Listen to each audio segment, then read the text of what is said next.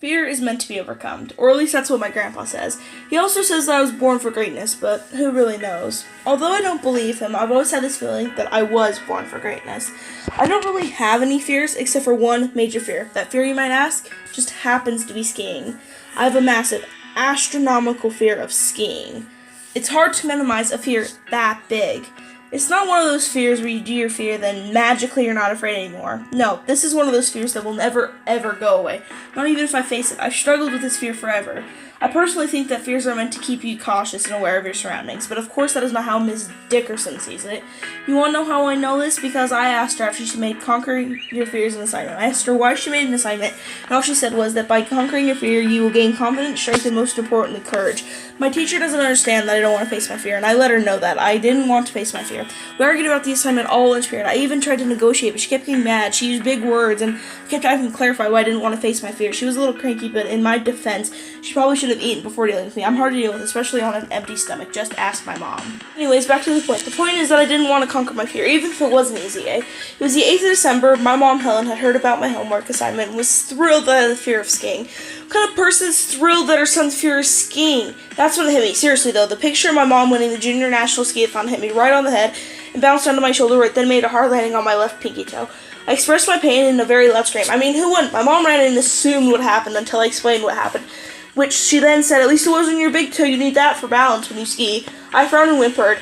Sometimes I swear that woman has no sympathy for me, or even empathy for that matter. The only good thing about having faced my fears is that my mom bought me some new snow bibs. Not just regular snow bibs either. Oh no, they were the most extreme snow bibs ever designed by my most favorite skier, Mr. James P. Sally. Isn't it funny how my biggest fear is skiing, yet my favorite celebrity just happens to be a skier? My mom says that I'm crazy for liking Mr. James P. Sally and not Sir Red Lemon Parker III. He's like super old. I know he's in his mid-60s or early 70s. Mostly because he's one of my mom's favorite skiers ever, and Sir Lemon Parker V is his grandson, who's in his 40s, and there's actually Sir Lemon Parker the 6th, 7th, and they are both in the skiing industry.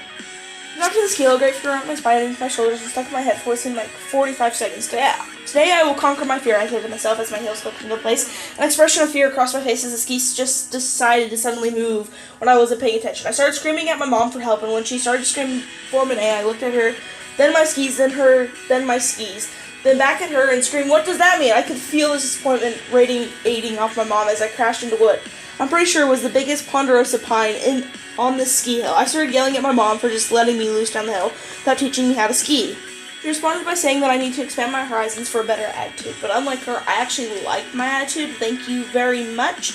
I most definitely did not like the way she was teaching me how to ski. After the ski patrol plucked me from the ponderosa pine for the 5th time, I told my mom that I needed someone to teach me how to ski besides her. That's when I knew I needed help from one of the greatest skiers of all time, James P. Sally. I also knew I needed help when random people started telling me to give up, mostly my mother. I can't believe her. I almost did give up. Luckily for me, my hero, Mr. James P. Sally, just happened to be at the same ski hill as me, teaching beginners how to ski. I, of course, am in the beginner group with a bunch of toddlers, might I add.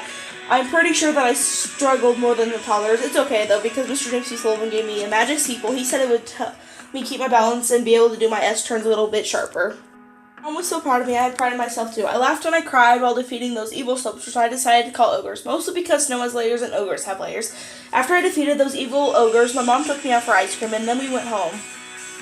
I was pooped in the 3-paragraph paper where I had to describe how I will and how I conquered my fear was due tomorrow. I needed to have it wrote by after lunch so that I could turn it in and show that I actually did the assignment and didn't just make it up like the plan that I had originated. My life went back to normal, and after facing my fear, turning my paper into pictures that it rendered that I actually faced my fear.